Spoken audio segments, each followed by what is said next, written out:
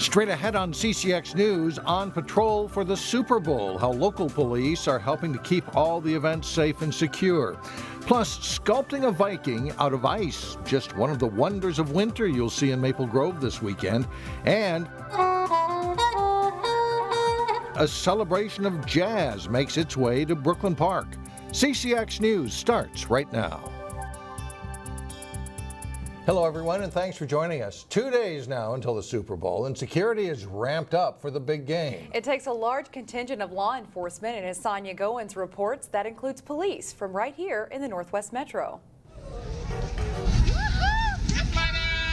Super Bowl Live on Nicollet Mall was packed Thursday night with plenty of things to do and plenty of people who braved the cold temps to take it all in. There's also plenty to do to keep these folks safe. We have planned this out from every angle and every thought process. Minneapolis Public Information Officer John Elder is also a New Hope City Council member. He says security plans have been in place for 2 years. We have 60 police agencies from across the state here helping us to handle crowds, traffic, and all aspects of the 10 days of the Super Bowl block. 3,000 officers, including several from New Hope, are part of the Super Bowl security team. Well, New Hope's only 5 square miles, and it feels like this place is just humongous compared to that. New Hope officers Jared KUYPER and Marnie Williams are spending the week keeping Nicollet Mall and U.S. Bank Stadium secure. Their presence is more of a deterrent. Hi.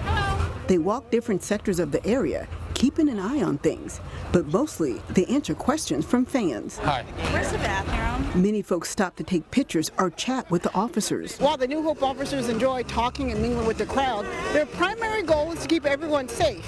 Now, while there's no imminent threat, they said if something should go down, they're ready. Police have the latest and greatest technology tools at their disposal. Officers can take video from their phones, and it feeds back real time to the multi-agency command center. So right now, the only threat might be sub-zero temperatures.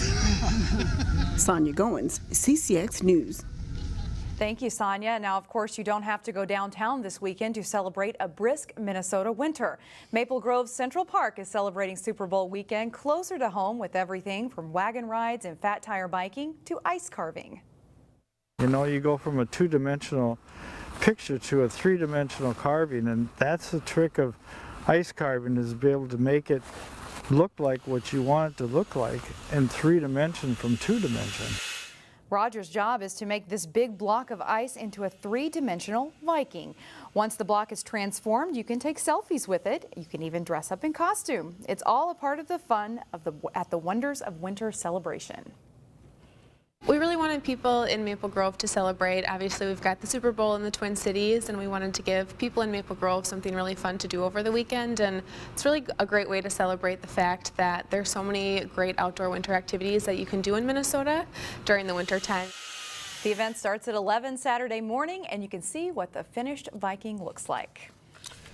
A Golden Valley man who was a state house representative now wants his old seat back. Ryan Winkler has announced he's running for the Minnesota House District 46A seat.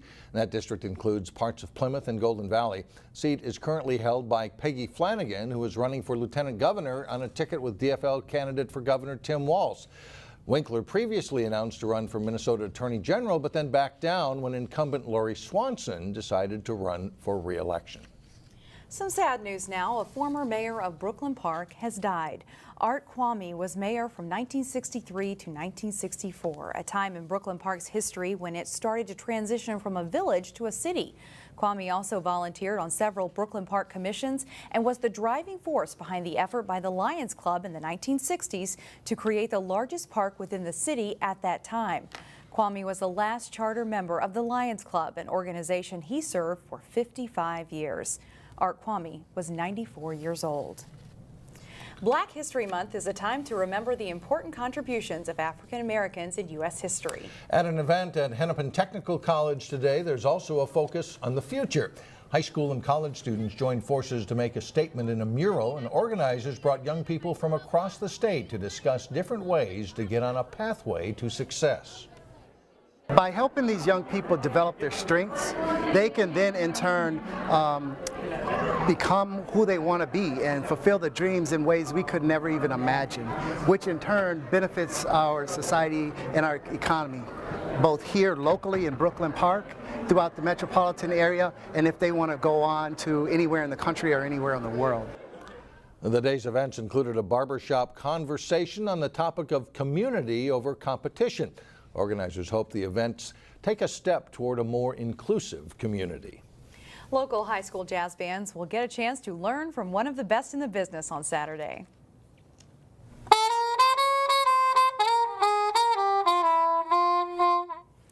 Dan Miller has played with the likes of Harry Connick Jr., Woody Herman, and Wynton Marsalis. Saturday, he will work with 6 local high school jazz bands at North Hennepin Community College's 3rd annual Jazz Fest.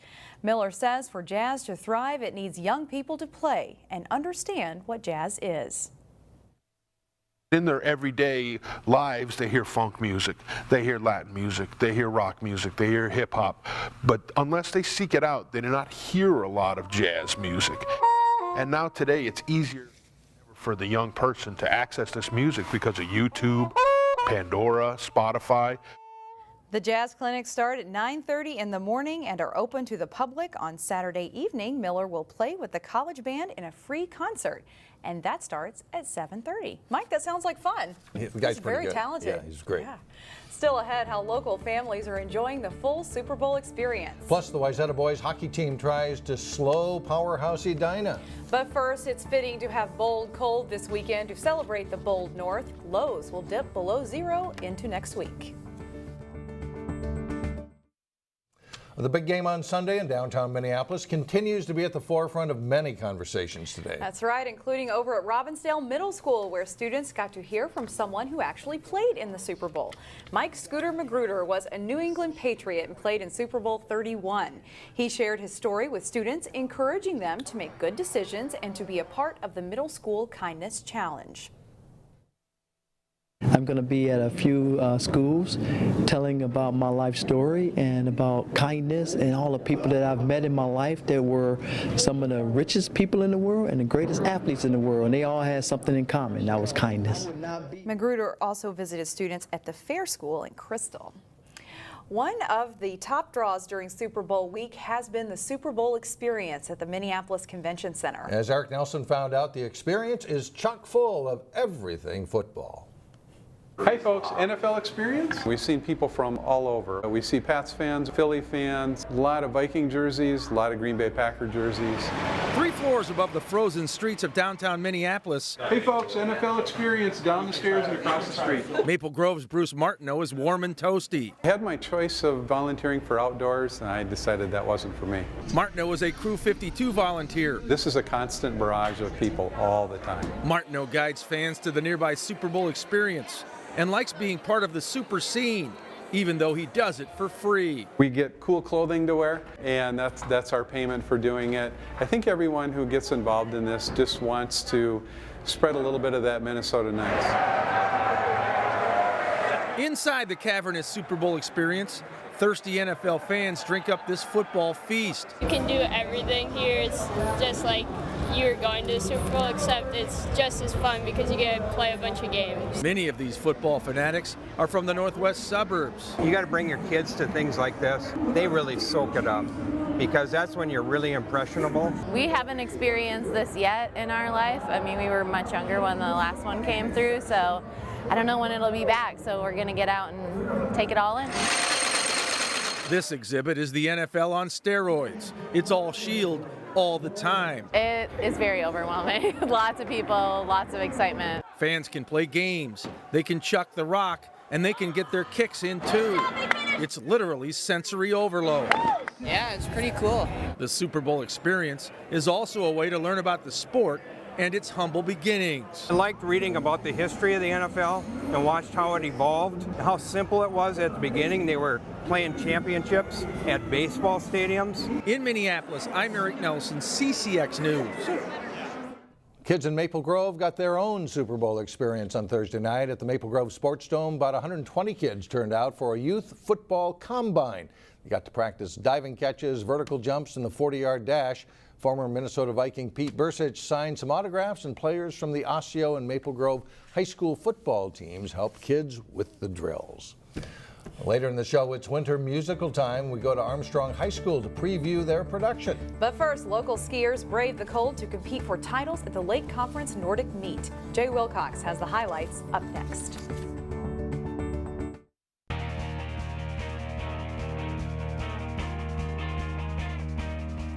I'm Jay Wilcox with sports. Bitter cold temperatures greeted Nordic skiers in the Lake Conference Thursday. That didn't stop one local team from their goal of winning the conference championship. Worth Park, the site for the conference meet. Anders Sonneson of Wayzata is the boys' winner in a combined two-race time of 25 minutes 47.8 seconds, and he's followed by teammates James Schneider and Luke Golan as the top-ranked Trojans win the boys' team title. On to the girls' pursuit, where Wayzata's Mara McCollar takes first place, and her time is 29.12 for the Trojans. Her teammate and sister Lauren McCollar is third, followed by Carolyn House as the Trojans take 3 of the top 4 spots. Hopkins takes spots 6 through 9 to finish third as a team. And here are the team scores. Edina edges Wayzata for the girls' Lake Conference title. After Hopkins, it's Eden Prairie and Minnetonka. Wayzata's boys with 543 team points take the boys' team championship. The Trojans are followed by Edina, Eden Prairie, Minnetonka, and Hopkins.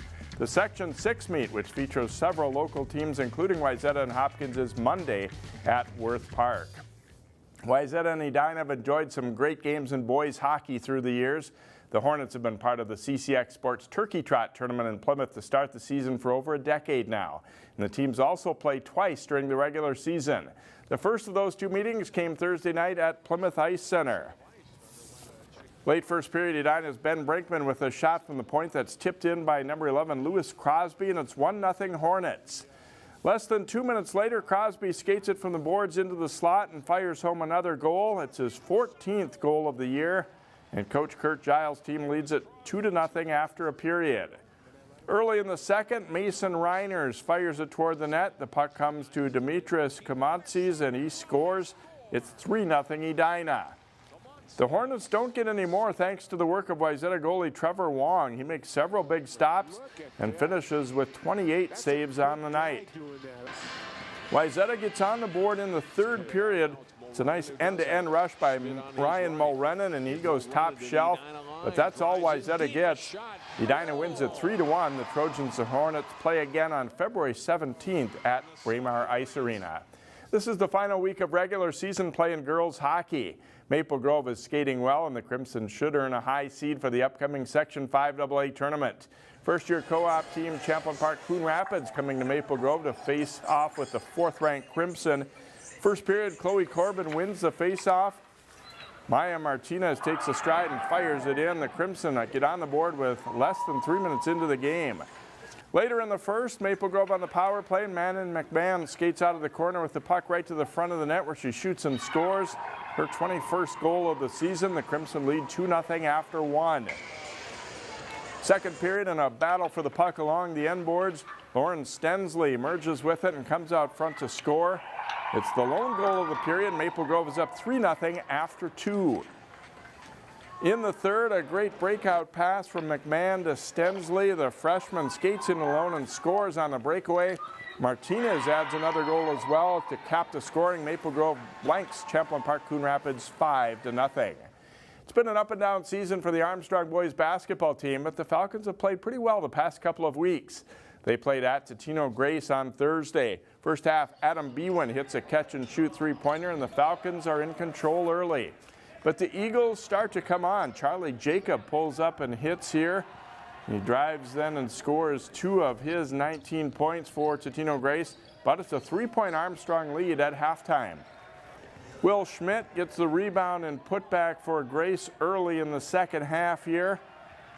But the Falcons force a steal, and they quickly transition the other way as Isaiah Miller finishes here, plus a foul. Armstrong gets another and one as Tyler Peterson draws the contact and hits the shot for a 43-34 lead. Then it's the Falcons in transition. Cole Preem to Jake Breitbach for the hoop, and Armstrong wins it 64-56. to 56. That's all for sports. Mike and Shannon, back to you.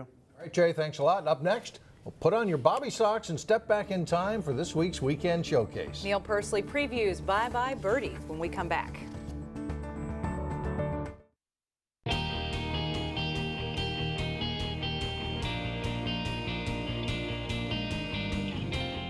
And finally, a popular musical inspired by the life of Elvis. Armstrong High School is taking on Bye Bye Birdie, and Neil Persley has details in today's Weekend Showcase.